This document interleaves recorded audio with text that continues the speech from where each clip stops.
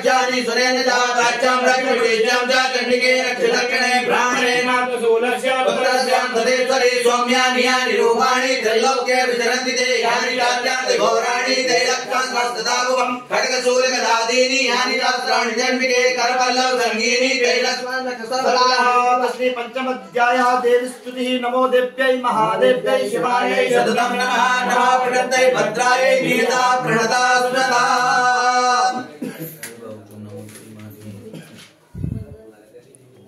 देवाऊचुः